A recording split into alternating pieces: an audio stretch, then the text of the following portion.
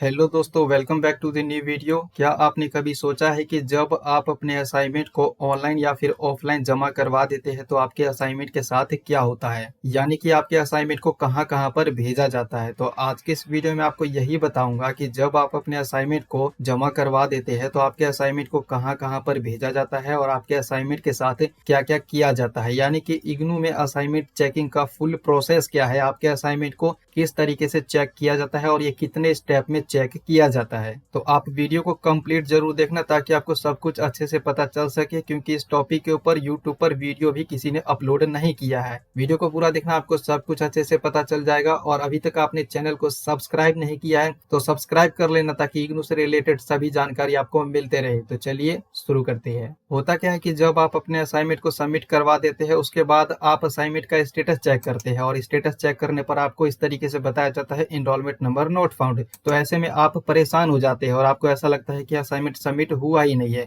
तो अब जो मैं आपको बताने वाला हूँ इसको आप ध्यान से समझना, फिर आपको पता चल जाएगा कि ये सब आखिर क्यों आ रहा है और इसके पीछे का क्या रीजन है। तो ये सब चीजें मैं आपको व्हाइट शीट पर समझाता हूँ, क्योंकि अगर मैं आपको सब कुछ ऐसे ही बता दूंगा तो शायद आपको समझ में ना आए। क्योंकि वीडियो बनाने से पहले ये सब चीजें मैंने अपने दोस्त को बताया, उसको ऐसे ही बता दिया तो उसको समझ में नहीं आया। फिर मैंने उसे व्हाइट बोर्ड पर समझाया तो उसको अच्छे से समझ में आ गया। तो मैं आपको व्हाइट शीट पर समझाता हूँ ताकि आपको अच्छे से पता चल सके। तो देखिए, होता क्या है कि आप जो है अपने स्टडी सेंटर पर जाते हैं और आप अपने असाइनमेंट को सबमिट करवा देते हैं। और ऐसे जितने भी स्टूडेंट हैं जो असाइनमेंट को सबमिट करवाना चाहते हैं सभी का असाइनमेंट जो है स्टडी सेंटर पर सबमिट ले लिया जाता है। लास्ट डेट तक आपका असाइनमेंट सबमिट लिया जाता है। उसके बाद क्या होता है कि इग्नू की तरफ से जो असाइनमेंट सबमिशन का लास्ट डेट है उसको एक्सटेंड कर दिया जाता है। और ऐसे में और जितने भी स्टूडेंट हैं जो अभी और असाइनमेंट सबमिट करना चाहते हैं उनका भी असाइनमेंट सबमिट लिया जाता है। और जब लास्ट डेट आता है तो एक बार फिर से लास्ट डेट को एक्सटेंड कर दिया जाता है। यानी कि आपको पता होगा कि इग्नू में असाइनमेंट सबमिशन का जो लास्ट डेट है उसको 3-4 बार तो एक्सटेंड किया ही जाता है। तो ऐसे में और भी जितने स्टूडेंट हैं जो असाइनमेंट सबमिट करना चाहते हैं उनका भी असाइनमेंट सबमिट लिया जाता है इग्नू की तरफ से, फिर से लास्ट डेट को एक्सटेंड कर दिया जाता है। और ऐसे में और भी जितने स्टूडेंट हैं जो असाइनमेंट को सबमिट करना चाहते हैं, जिनका असाइनमेंट सबमिट नहीं हुआ है, उनका भी असाइनमेंट सबमिट लिया जाता है। यानी कि कहने का मतलब ये है कि ऐसे जितने भी स्टूडेंट हैं जो असाइनमेंट सबमिट करना चाहते हैं, जब तक असाइनमेंट सबमिशन का जो लास्ट डेट है उसको बंद नहीं कर दिया जाता है, लास्ट डेट ओवर नहीं होता है, तब तक आपका असाइनमेंट सबमिट होता ही रहता है। और जो आपने यहाँ पर स्टार्टिंग में ही असाइनमेंट सबमिट किया है वो अभी तक सबमिट ही है और स्टडी सेंटर पर ऐसे ही रखा गया है। और जब असाइनमेंट सबमिशन का लास्ट डेट ओवर हो जाता है तो उसके बाद क्या किया जाता है, जितने भी असाइनमेंट सबमिट हुए हैं सभी को इकट्ठा किया जाता है और सभी का एक बड़ा सा बंडल बनाया जाता है। उसके बाद क्या होता है उसको आप ध्यान से समझिए। इसके बाद जो है जितने भी असाइनमेंट है सभी को सब्जेक्ट वाइज अलग किया जाता है। हिंदी का सब्जेक्ट का अलग हो गया, इंग्लिश का अलग हो गया, यानी कि कुछ इस तरीके से इसको अलग किया जाता है। यानी कि मान लीजिए कि आपने असाइनमेंट सबमिट कर दिया तो जो हिंदी का सब्जेक्ट का असाइनमेंट है उसको अलग किया जाएगा और जो हिस्ट्री का असाइनमेंट है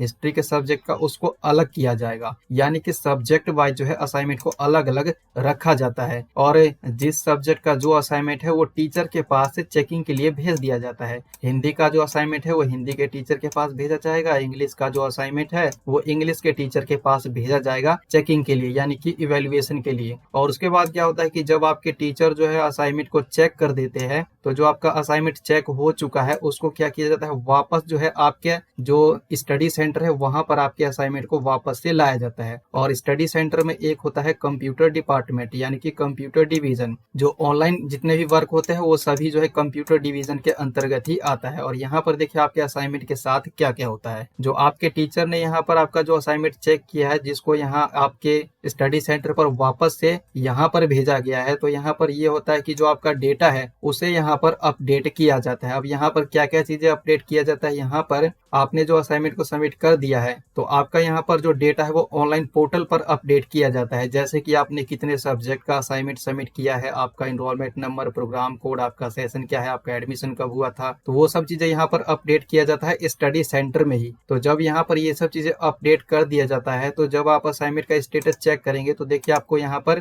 कुछ इस तरीके से बताया जाता है। यहाँ पर लिखा हुआ जाता है रिसीव्ड एंड प्रोसीड, यानी कि यहाँ पर इस तरीके से लिखा हुआ आता है। और यहाँ पर यह भी बताया जाता है कि आपने कौन से सेशन के लिए असाइनमेंट वगैरह सबमिट किया है। और यहाँ पर डेट भी लिखा हुआ आता है कि आपका जो डेटा है वो स्टडी सेंटर की तरफ से कौन से तारीख को अपडेट किया गया है। तो यहीं पर जब इसको अपडेट किया जाता है स्टडी सेंटर पर, तो यहाँ पर जब आप इसको चेक करते हैं तो यहाँ पर ये डेट आपको बताया जाता है। और इसके अलावा यहाँ पर आपका और भी बाकी डिटेल्स बताया जाता है। कहने का मतलब ये है कि यहाँ पर सिर्फ अभी आपका डेटा अपडेट हुआ है, आपका जो असाइनमेंट का नंबर है वो अभी अपडेट नहीं हुआ है। यहाँ पर बस आपको ये बताया गया है कि जो आपका असाइनमेंट है वो चेकिंग प्रोसेस में है, यानी कि नंबर भी आपको दे दिए गए हैं, पर नंबर जो आपके ग्रेड कार्ड में अपडेट नहीं किया गया है। अभी आप ग्रेड कार्ड चेक करेंगे तो इनरोलमेंट नंबर नोट फाउंड ही आपको बताएगा। तो यहाँ से क्या होता है कि जो आपका डेटा है उसको प्रोसीड कर दिया जाता है, और जो आपका डेटा है इसको फॉरवर्ड किया जाता है, जो आपका रीजनल सेंटर है वहां पर इसको फॉरवर्ड किया जाता है, यानी कि आपके डेटा को आपके रीजनल सेंटर पर भेज दिया जाता है। और यहाँ पर आपका जो डिटेल्स है उसको अच्छे से वेरीफाई किया जाता है कि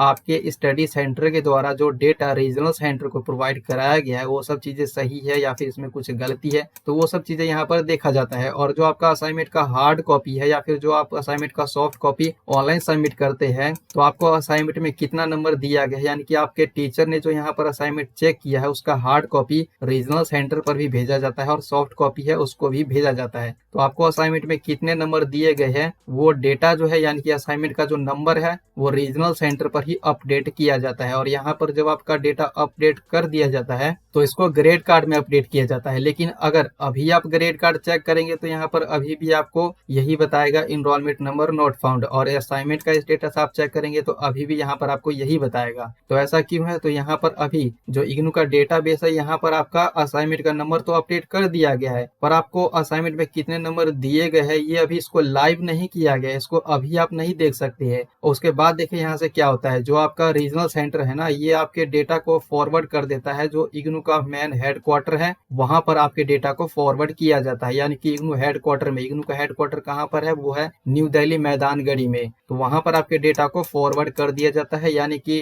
रीजनल सेंटर से आपके डेटा को जो है आपका जो इग्नू का हेडक्वार्टर है, इग्नू का मेन हेडक्वार्टर है, वहां पर फॉरवर्ड किया जाता है। और यहाँ पर भी आपका जो डिटेल्स है वो उसको अच्छे से वेरीफाई किया जाता है कि आपको असाइनमेंट में कितने नंबर दिए गए हैं और कौन से रीजनल सेंटर के अंतर्गत कितने स्टूडेंट आते हैं और कौन से स्टडी सेंटर के अंतर्गत कितने स्टूडेंट आते हैं, वो सब चीज को यहाँ पर चेक किया जाता है। और आपको जो असाइनमेंट में नंबर दिए गए हैं वो तो आपके स्टडी सेंटर के द्वारा आपके रीजनल सेंटर को भेजा गया, और रीजनल सेंटर ने जो है आपके डेटा को आपके ग्रेड कार्ड में अपडेट कर दिया, और उसके बाद जो आपका डेटा है वो इग्नू के मेन हेडक्वार्टर पर भेज दिया गया मैदानगढ़ी में। और यहाँ पर आपका जो डेटा है उसको फिर से अच्छे से चेक किया जाएगा, और उसके बाद यहाँ पर लास्ट काम होता है, यहाँ पर इसका जो डेटा है वो आपके ग्रेड कार्ड में जो अपडेट किया गया है इसको लाइव किया जाता है। और ये लाइव कहाँ से किया जाता है? इग्नू का जो हेडक्वार्टर है यहाँ से इसको लाइव किया जाता है, और तब जाकर के आपका ग्रेड कार्ड का नया अपडेट आता है। और जब आप ग्रेड कार्ड का स्टेटस चेक करते हैं तो यहाँ पर आपको बता दिया जाता है कि आपका जो असाइनमेंट का नंबर है वो आपके ग्रेड कार्ड में अपडेट कर दिया गया है।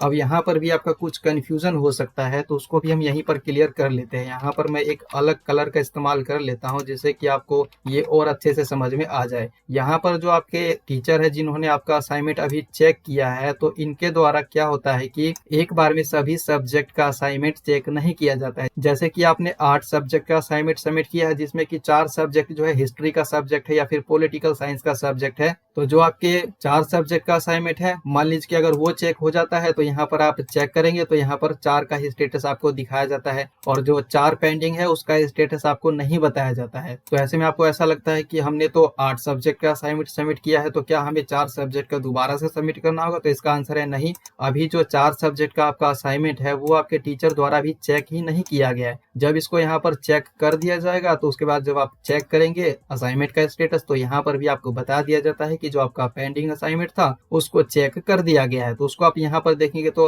आपके सभी सब्जेक्ट का असाइनमेंट का स्टेटस ओपन होकर के आ जाएगा। और उसके बाद क्या होता है कि डेटा को फॉरवर्ड वगैरह करने के बाद जब इग्नू के हेडक्वार्टर की तरफ से ग्रेड कार्ड का न्यू अपडेट आता है, यानी कि रीजनल सेंटर की तरफ से डेटा यहाँ पर भेजने के बाद, इग्नू के हेडक्वार्टर पर भेजने के बाद जब इसको अपडेट कर दिया जाता है, पोर्टल पर लाइव कर दिया जाता है, यानी कि इग्नू का जो मेन सर्वर है उसमें अपडेट कर दिया जाता है और इसका ग्रेड कार्ड का नया अपडेट आता है। उसके बाद जब आप अपने असाइनमेंट का स्टेटस चेक करेंगे तो यहाँ पर आपको बताया जाता है check grade card status for detail. और जब आप अपना ग्रेड कार्ड चेक करेंगे तो यहाँ पर आपको बता दिया जाता है कि आपका जो असाइनमेंट का नंबर है वो अपडेट हो चुका है, और यहाँ पर आपका असाइनमेंट का नंबर अपडेट किया जाता है, और यहाँ पर थ्योरी सब्जेक्ट का रिजल्ट अपडेट किया जाता है। और आप में से कुछ स्टूडेंट का ये डाउट रहता है कि हमारा असाइनमेंट का नंबर तो अपडेट हो गया पर यहाँ पर नॉट कंप्लीटेड लिखा हुआ रहा है, तो इसका क्या मतलब है? तो इसका मतलब ये है कि आपका थ्योरी सब्जेक्ट का जो रिजल्ट है वो अपडेट नहीं किया गया है, तो यहाँ पर नॉट कंप्लीटेड लिखा हुआ रहा है। या फिर आपका थ्योरी सब्जेक्ट का रिजल्ट अपडेट हो जाता है और असाइनमेंट का स्टेटस अपडेट नहीं होता है, तब भी यहाँ पर नॉट कंप्लीटेड लिखा हुआ आएगा। यानी कि असाइनमेंट का और थ्योरी सब्जेक्ट का सभी का रिजल्ट अपडेट हो जाएगा, तब यहाँ पर कंप्लीटेड लिखा हुआ आ जाएगा। ध्यान रखिए इस पूरे प्रोसेस में अगर आप असाइनमेंट को ऑनलाइन सबमिट करते हैं ईमेल के माध्यम से या फिर गूगल फॉर्म के लिंक के माध्यम से, तो उसमें भी सेम यही प्रोसेस रहता है। लेकिन इस प्रोसेस में होता क्या है कि कुछ ऐसे भी स्टूडेंट है जिनका जो असाइनमेंट है वो मिसप्लेस हो जाता है, खो जाता है, तो ऐसे में आपको असाइनमेंट को दोबारा से सबमिट करना होता है। तो ऐसे में आप कंफ्यूज मत होना कि मेरा असाइनमेंट का स्टेटस अपडेट नहीं हुआ है तो क्या मेरा असाइनमेंट खो गया है। तो ऐसा नहीं है, ऐसे बहुत ही कम स्टूडेंट है जिनका असाइनमेंट मिसप्लेस हो जाता है, तो ऐसे में आपको दोबारा से असाइनमेंट सबमिट करने के लिए बताया जाता है। और असाइनमेंट चेकिंग का ये जो पूरा प्रोसेस है इसको कंप्लीट होने में 5 से 6 महीने का समय लगता है। और जो बड़े बड़े रीजनल सेंटर है जिसमें बहुत सारे स्टूडेंट एडमिशन लेते हैं, जैसे कि आपका दिल्ली 1 रीजनल सेंटर हो गया, दिल्ली 2 हो गया, दिल्ली 3 हो गया, कोलकाता रीजनल सेंटर, चंडीगढ़, पुणे, नोएडा, ये सब जो है बड़े बड़े रीजनल सेंटर है, तो इसमें बहुत सारे स्टूडेंट एडमिशन लेते हैं। तो इन रीजनल सेंटर का जो असाइनमेंट का स्टेटस है